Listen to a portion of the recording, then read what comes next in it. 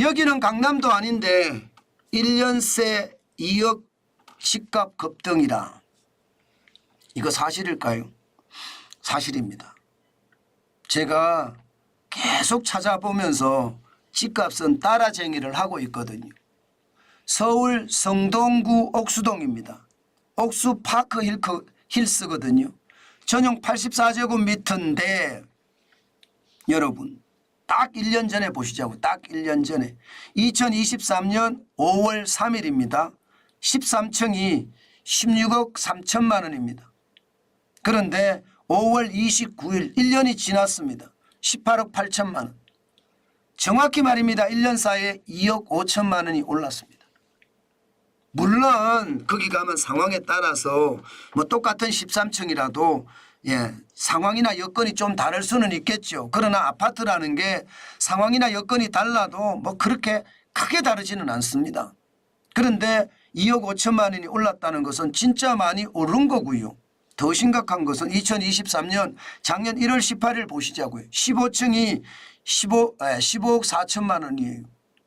야, 15억 4천만 원이면 지금 2023년 1월에 대비해 보면 현재 5월 29일 기준으로 3억 4천만 원이 더 올랐다는 뜻인가요? 3억 4천만 원이. 집값이 많이 오르는 거예요. 그만큼 말입니다. 서울의 집값은 지금 어디나 할 것 없이 다 오릅니다. 이게 성동구 옥수동이면 강북이잖아요. 강남이 아닙니다. 강북이 이렇게 오른다는 것은 여러분 다른 쪽들도 다 오른다는 뜻이에요. 왜 그렇게 오르느냐. 전셋값이 지금 56주 연속 오르고 있거든요. 지금 전셋값의 오름폭도 더 크게 폭을 키우고 있습니다. 2024년 6월 10일 기준으로 서울 아파트 전셋값은 0.12까지 올랐습니다. 물론 말입니다. 작년 11월 6일에 0.21 수준은 아닙니다.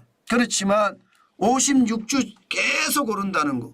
52주면 1년인데 1년 이상 전셋값이 오르고 또 올랐다는 뜻이잖아요. 전셋값이 오르니까 당연히 집값이 오르는 겁니다. 당연히. 뭐 올라도 많이 올랐죠. 지금 3억 4천 2023년 1월 대비해 보면 3억 4천이 올랐다는 것은 굉장히 많이 올랐습니다. 그런데 이게 말입니다. 서울 전역으로 넓혀도요. 서울은 지금 12주 연속 오르고 있습니다. 이제는 노도강이라고 하는 강북에 항상 집값이 제일 늦게 움직인다고 하는 여기도 다 오르고 있습니다.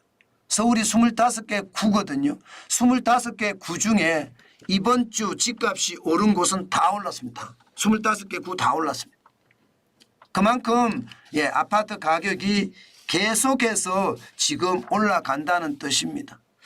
참 이것을 보면서 저는 시장에 진짜 지독하게 보는 사람인데요. 실제 제가 이런 일이 생기면 현장까지 가보고요. 그런데 진짜 집값이 오르는 걸 보면 집값이 계속 이렇게 올라간다 그런 생각은 듭니다. 서울은요. 뭐 강남뿐만 아니라 계속 강북도 올라가고 있으니까요. 게다가 말입니다. 수도권도 마찬가지입니다.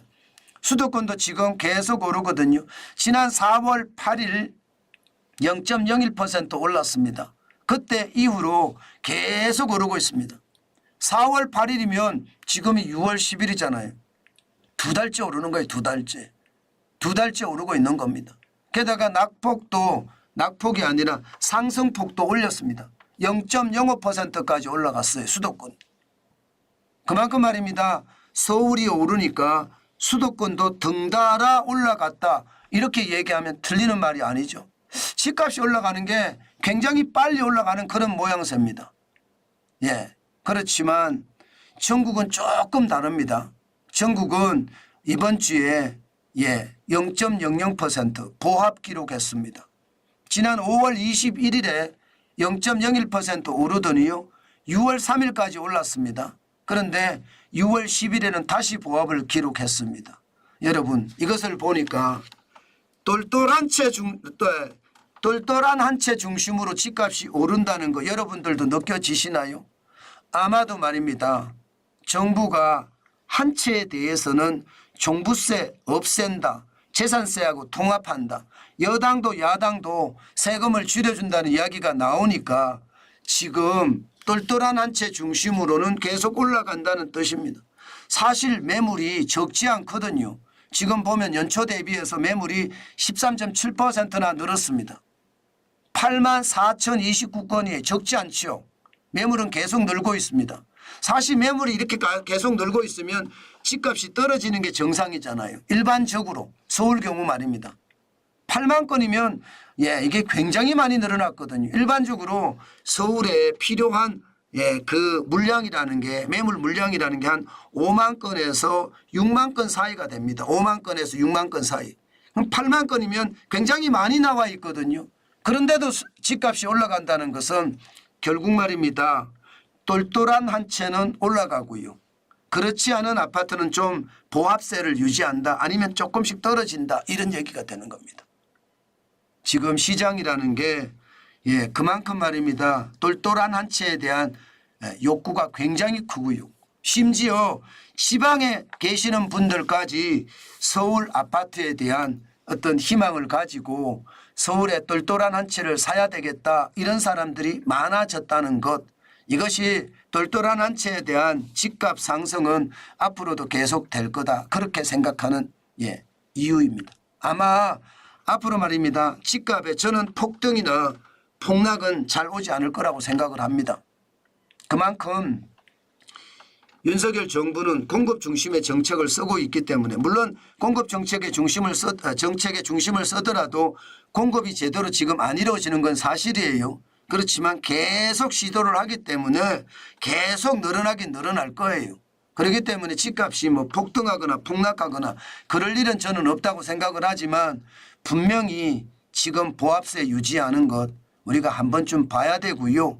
또 세금에 대한 어떤 법 개정이 계속 진행이 되고 있기 때문에 법에 따라서 많이 움직여질 것이라는 것도 한 번쯤 생각해 보는 것도 그렇게 나쁘지 않겠다. 저는 그렇게 생각합니다. 시장이라는 게 그렇거든요. 수요에 따라서 가격은 늘 올라가니까 수요가 어떻게 움직이느냐가 중요하잖아요. 근데 지금은요 제가 봐서는 집에 대한 것은 윤석열 정부의 공급 정책은 결국 어떤 식이든 할 거예요. 어떤 식이든 할 겁니다. 아마 그 공급 정책이 시장의 변화를 저는 만들어내지 않을까 싶어요. 그래서 폭등이나 폭락은 없다고 제가 말씀을 드리는 겁니다. 제가 지표를 가지고 부동산에 대해서 말씀을 드릴 때 여러분들에게도 말씀을 드렸지만 별로 틀리는 경우가 잘 없었잖아요. 그래서 여러분 반드시 참고해 주셨으면 좋겠습니다.